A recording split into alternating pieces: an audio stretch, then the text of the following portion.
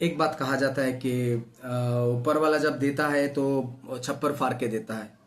तो ये बात कहीं ना कहीं कभी ना कभी सबके जीवन में शायद आया होगा, मेरे जीवन में भी आया हुआ है, तो आता रहता है।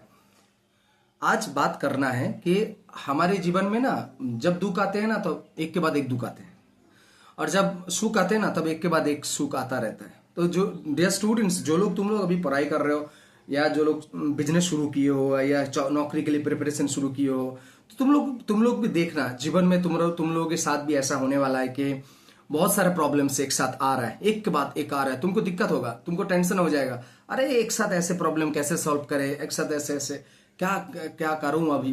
तो जस्ट एक वक्त ऐसा करना है कि चुपचाप बैठ के तुमको एक पहले डिसीजन ये लेना है कि कौन सा प्रॉब्लम सबसे ज्यादा अभी समाधान करना है, अभी समाधान करना है, तो पहले उसको करो। फिर उसके बाद पूरा सीरियल सजा लो, फिर देखो एक के बाद एक प्रॉब्लम्स का हाल निकलता जाएगा।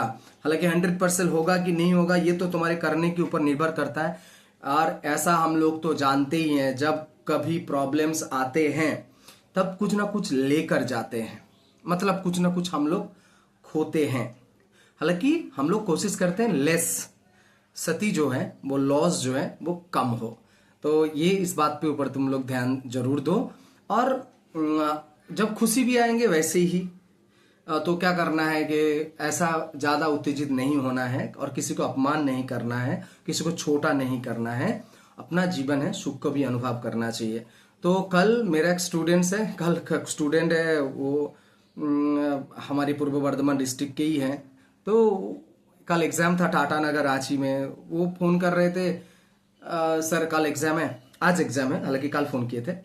तो उन्होंने बोला क्या करना चाहिए सर, एग्जाम जाएं कि नहीं जाए, कैसे जाएंगे। तो बोला कि ट्रेन में जाना पड़ेगा, ये जाना पड़ेगा। उनके पास कुछ प्लान नहीं था, शायद उसके घर में कुछ काम था या कुछ और कोई काम कर रहा है।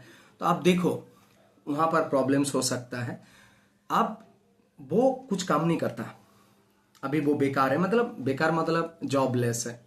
तो अब उनको प्रायोरिटी देना चाहिए था कि समस्या का समाधान करना क्या है। पहले इसको जॉब का जो एग्जाम है उसको अटेंड करना चाहिए था, क्योंकि उसी से समस्या का समाधान निकल सकता था। क्योंकि वो जॉबलेस है, इसलिए घर में उसका झगड़ा होता है, पापा मम्मी डांटते हैं, बहुत सारे हैं, सबके साथ होता है।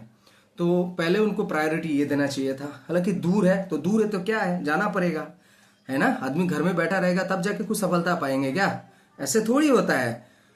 तो एक वक्त के बाद शांति मिलेगा ना, कंफर्टेबल लाइफ तब जाके मिलेगा, अभी थोड़ी मिलेगा। अभी तो मेहनत करने का वक्त है। तो वही बोलते हैं कि समस्या का बड़ा बड़ा समाधान जो है, तुम्हारे पास पैसा नहीं है, तुमको पैसा लाने के लिए, कमाने के लिए एक जरिया ढूंढना चाहिए था। वो एग्जाम पहले अटेंड करना चाहिए था। बाद में तुम्हारा घर का प्रॉब्लम वगैरह सब देखो ना, क्या करना है, वो सब धीरे धीरे होता रहेगा। तो बस यही बोल रहा हूं, तुमको अभी जो चीज की जरूरत है, चाहे वो पढ़ाई की जरूरत है, एग्जाम आ रहा है अभी पढ़ो, चाहे वो पुलिस ट्रेनिंग या कुछ भी ट्रेनिंग के लिए दौड़ भाग करना है, दौड़ो, एक्सरसाइज करो, प्रैक्टिस करो। चाहे वो बिजनेस करने के लिए उसके साथ मुलाकात करना है तो करो, पैसा इकट्ठा करना है तो पैसा इकट्ठा करना शुरू करो, बिजनेस का प्लान किसी को दिखाना है तो करो। तो बस यही है जीवन में। ऐसा है जैसे हम लोगों के घर में कोई किसी का सेहत का प्रॉब्लम्स हुआ है तो हम लोग सीधा हॉस्पिटल लेके चलते हैं, डॉक्टर के पास लेके चलते हैं। अगर ये फॉर्मूला हम लोग जीवन में अपनाते हैं कि किसी का प्रॉब्लम होगा तो वहां पर लेके जाना है, तो हम लोग जीवन में और जब भी समस्या आ रहे हैं तो उसका भी प्रॉब्लम का समाधान वैसे ही निकालना है। पहले उसको वो काम करो, पहले जो आया है उसको निपटाओ, बाद में देखेंगे ना, बाद में वो भी सॉल्व हो जाएगा। तो ये बात हमारे जरूर याद में रखो। Thank you.